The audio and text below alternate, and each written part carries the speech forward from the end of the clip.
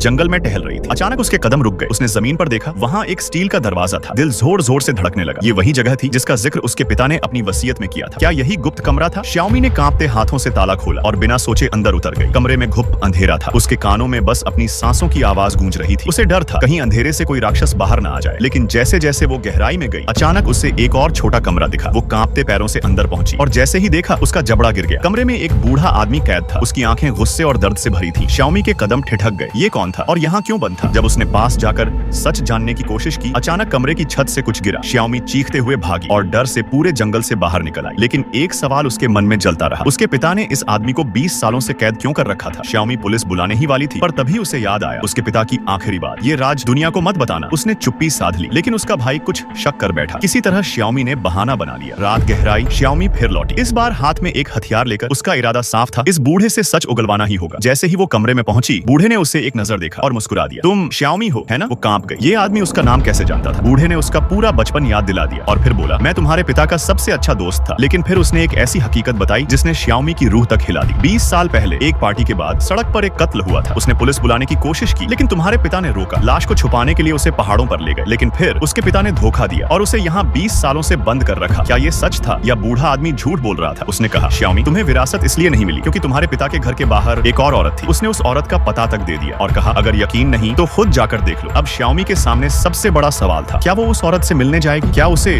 अपने पिता के सच का सामना करने की हिम्मत होगी या ये भी कोई और जाल था? क्या चाहोगे कि मैं अगला पार्ट भी लिख दूं जहां श्याओमी उस औरत से मिलती है और असली कातिल का सच सामने आता है?